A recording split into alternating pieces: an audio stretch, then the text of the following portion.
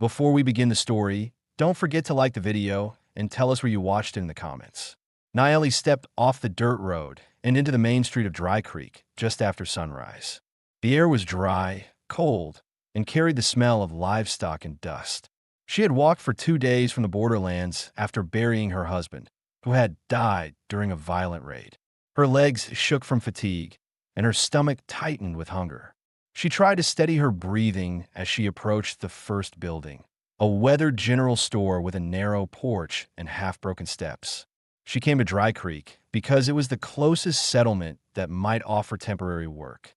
She had no family left and no safe place to return to. Her only mission now was survival, finding enough food, water, and shelter to get through the coming weeks while deciding how to rebuild her life alone. As she entered the store, every conversation inside slowed. Two men folding sacks of grain paused. A woman counting coins stopped mid-movement. Naeli kept her eyes down, hoping that her silence would soften their reactions.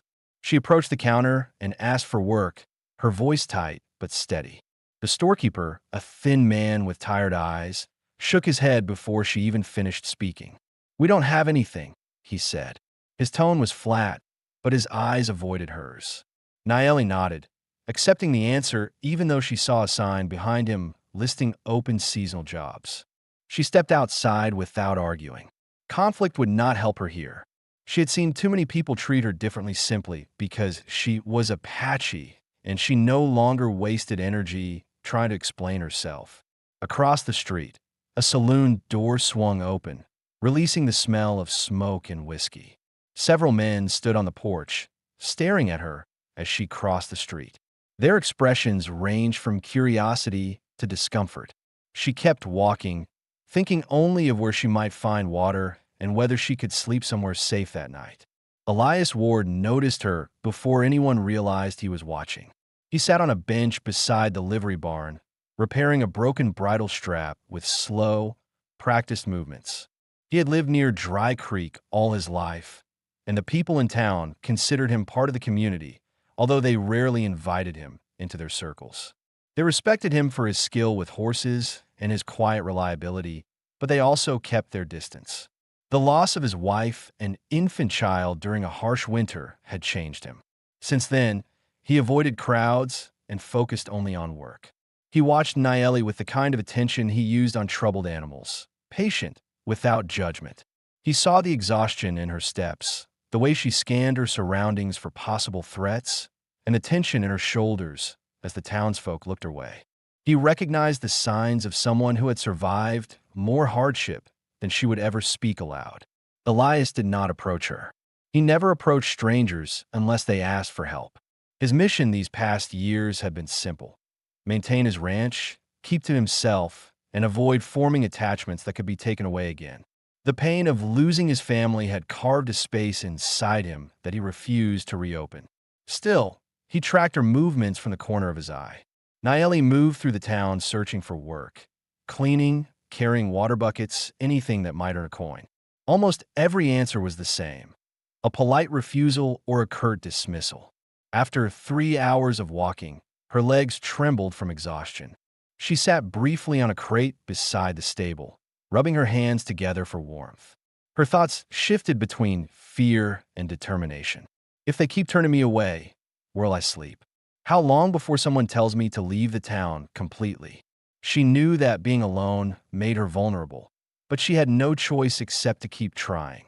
She reminded herself that she had survived worse conditions. The memory steadied her breathing. Elias finished repairing the bridle and stood, adjusting his hat as he glanced at her again. He felt a familiar pull, empathy mixed with caution. He knew what it meant to be isolated, but stepping in without reason felt risky. He didn't want to give people the impression he was involving himself in something that wasn't his business. The town already saw him as a man who spent too much time alone. Still, something about her expression lingered with him. He could see how hard she was trying to hold herself together. Throughout the day, Naeli gathered a few coins by sweeping the porch of the boarding house and carrying a barrel of water for the blacksmith. It was not enough for a room. It was not even enough for a meal. As the sun lowered, the tension in her chest grew sharper. She walked to the far edge of the town, where the buildings spaced out and the wind grew colder. The thought of spending the night outside worried her. Coyotes roamed the outskirts, and she would be exposed to anyone who wished to cause harm. Elias led a horse into the barn, feeding it hay while the sky darkened. He saw Niley walking toward the edge of town with slow, deliberate steps. She carried no bedroll, no supplies, and no weapon. Her posture showed fatigue, but her eyes scanned the environment with caution. He knew she was preparing for a night without shelter. A quiet memory rose in Elias.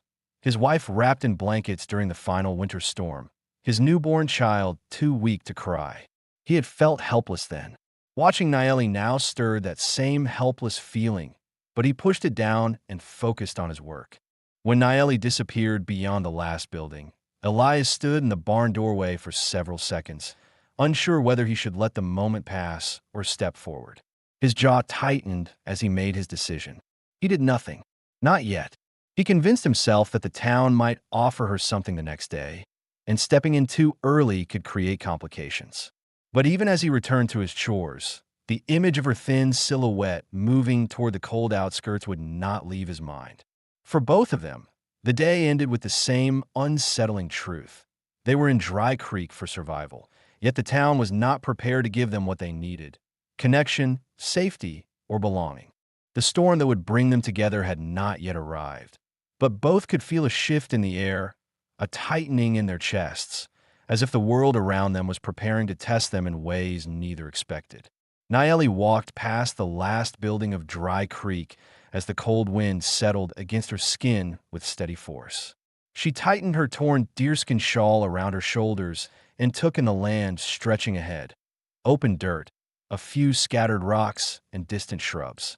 The ground looked hard and uneven, and she knew she would not rest well if she stayed out here, but she needed distance from the town before someone told her to move along.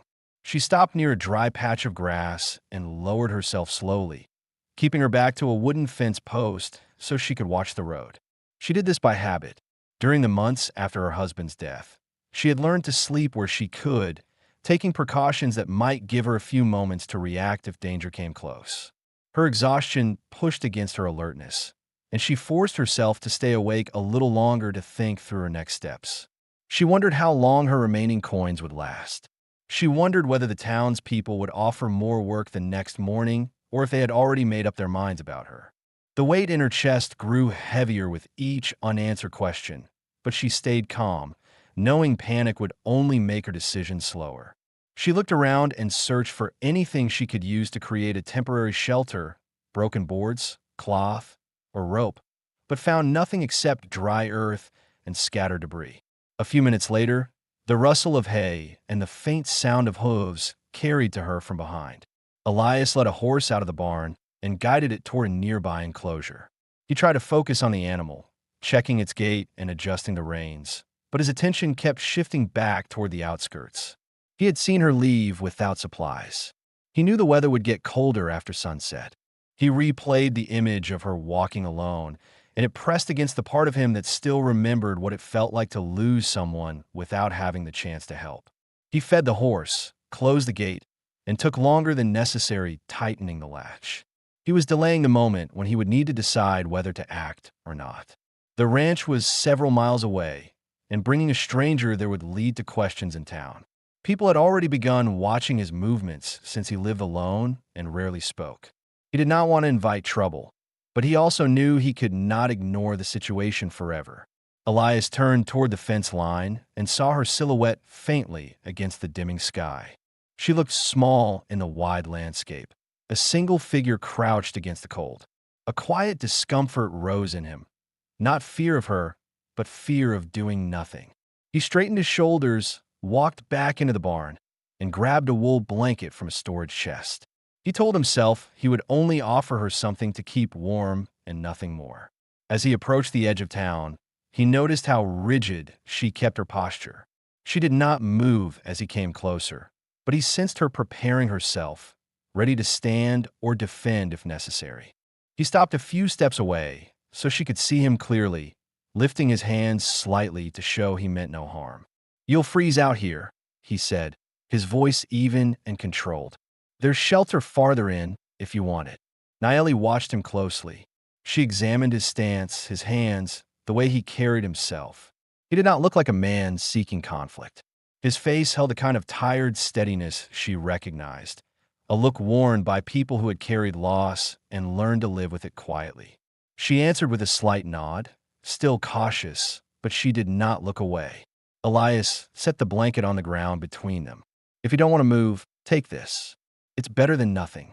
She reached for it slowly, her fingers brushing the wool. The warmth of the fabric surprised her. The gesture hit her harder than she expected.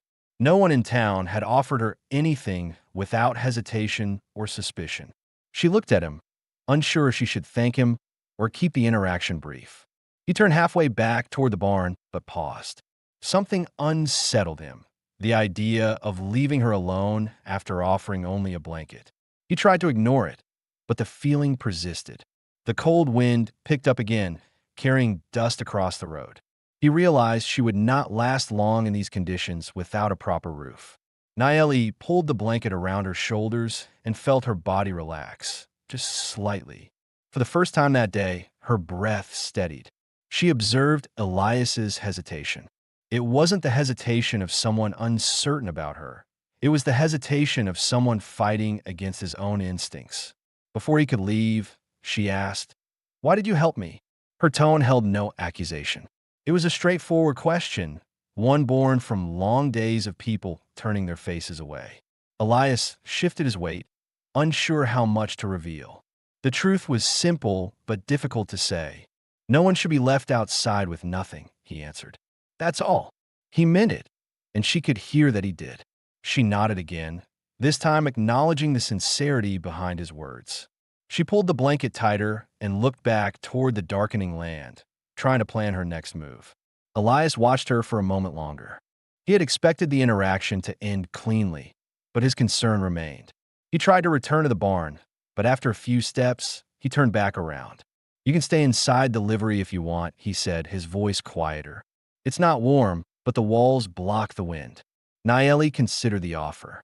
It was safer than sleeping exposed, but she also knew that accepting too much help from a stranger carried risks. Still, the cold pressed against her bones, and she weighed her options quickly. She decided survival mattered more than pride. She stood and followed him at a distance, keeping her steps careful. Elias did not look back often, but he was aware of every movement. He guided her toward the barn door, pushed it open, and stepped aside so she could enter first. The air inside was warmer, filled with the scent of hay and horses. It was not a home, but it was shelter. She settled into a corner where the hay was thickest. Elias handed her a second blanket, then moved to the opposite side of the barn to continue his work. Neither spoke. The silence between them felt natural, not strained. Elias checked the lantern's level and set on a beam between them. It cast a steady light, enough for safety but not intrusive. As he worked, he kept glancing at her, not out of distrust, but out of habit, ensuring she was comfortable, ensuring she was safe. For the first time that day, Naeli's shoulders loosened. She wrapped the blankets around herself and leaned back against the wooden wall. She felt the tension in her body ease bit by bit. Her eyes grew heavy, but she fought to stay awake long enough to confirm this place was secure. Elias stayed until the horse settled and the barn grew quiet. When he finally stepped outside to close the door, he hesitated with his hand on the latch. He didn't want her to feel locked in. He turned back inside. "I'll leave it unlatched," he said. "You can open it if you need to." Naeli nodded once more. This time, gratitude rested plainly in her eyes. As Elias walked toward the ranch road, he felt the familiar ache of caution mixed with a new sense of responsibility. He had not planned on letting anyone into his quiet life again, especially not someone carrying her own burdens. But the decision had already taken root. Behind him, Naeli closed her eyes, listening to the sound of horses breathing nearby. It was the first safe sound she had heard in months. The night settled around them, and for both, something subtle shifted.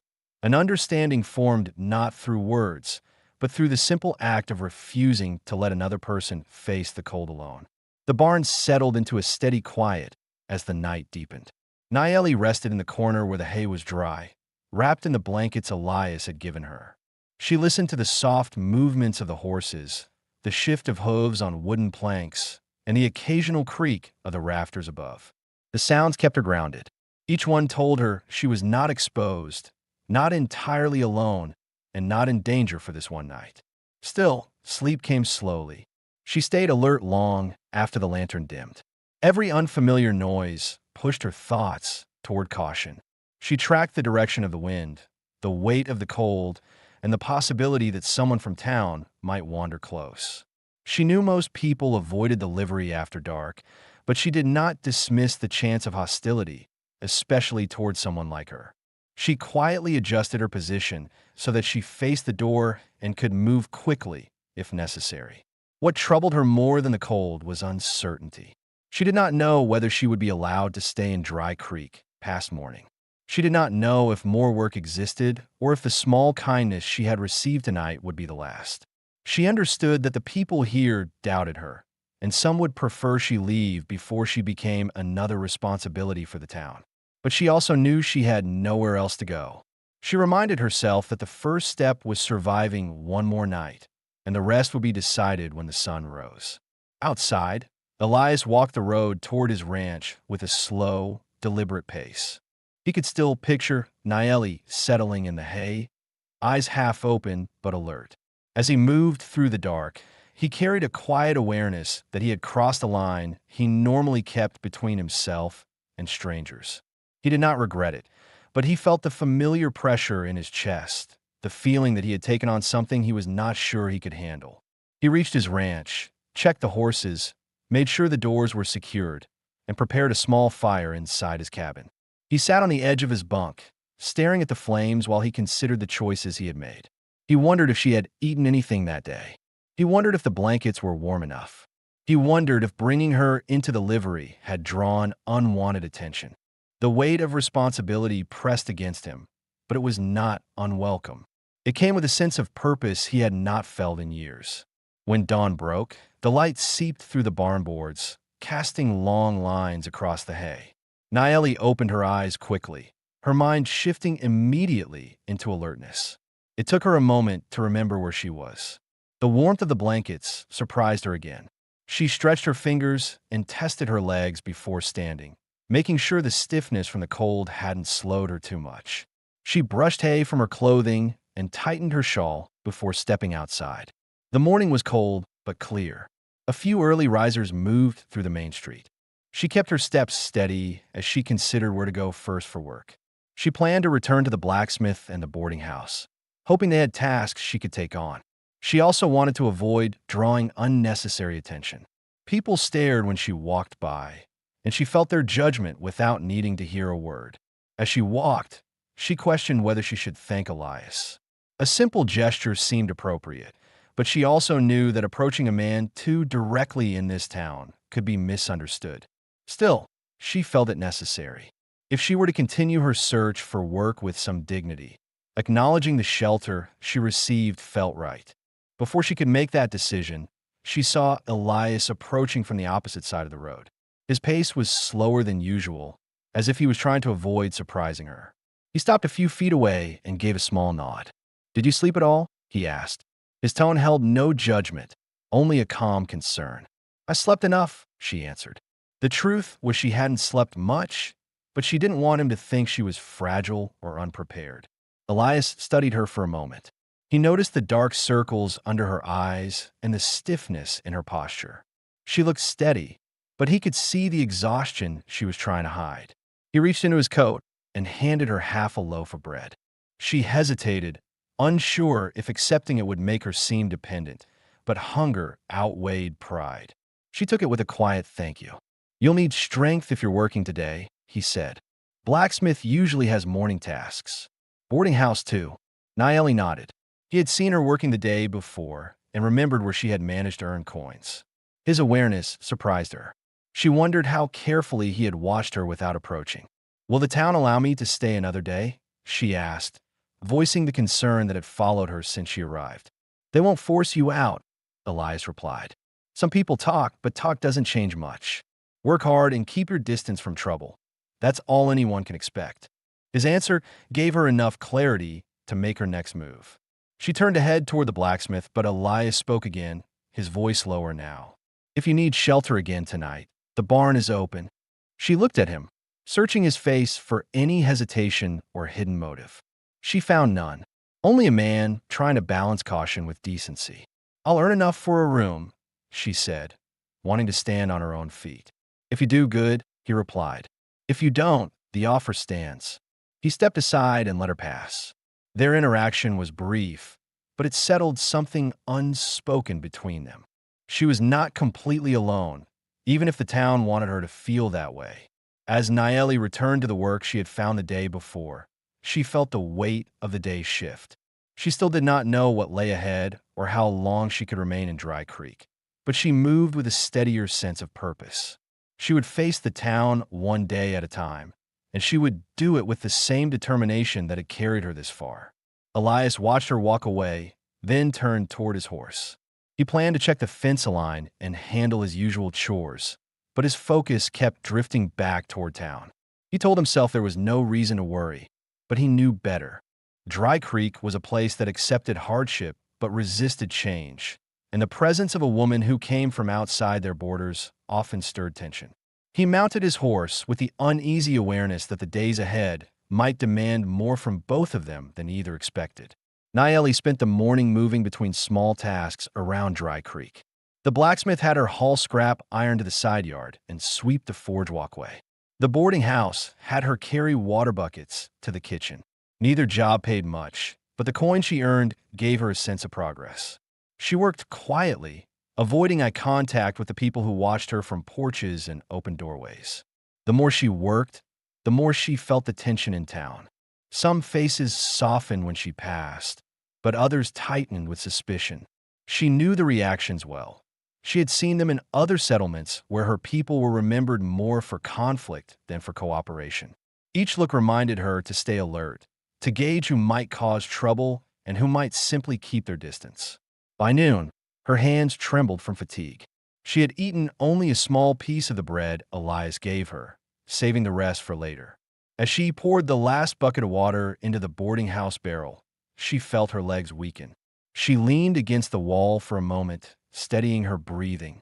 She did not want anyone to see weakness, especially now, when many already doubted her place here. The boarding house owner stepped outside, noticing her pause. "That's all for today," he said. "No more work until tomorrow." She thanked him and stepped back onto the main road, unsure where to go next. She needed more coins if she hoped to secure a room for the night. She scanned the street for any opportunities, stacked crates, loose boards, anything that might signal work. But most people ignored her, and no one called her over. A question settled in her mind. Would she be allowed to sleep in the barn again? Would it be safe to return? She considered approaching Elias later, but she also worried about relying too heavily on his generosity. She needed to maintain her independence, at least as much as she could. At the same time, she wondered something she had not voiced to anyone. Why does he help me? What does he see that others refuse to see?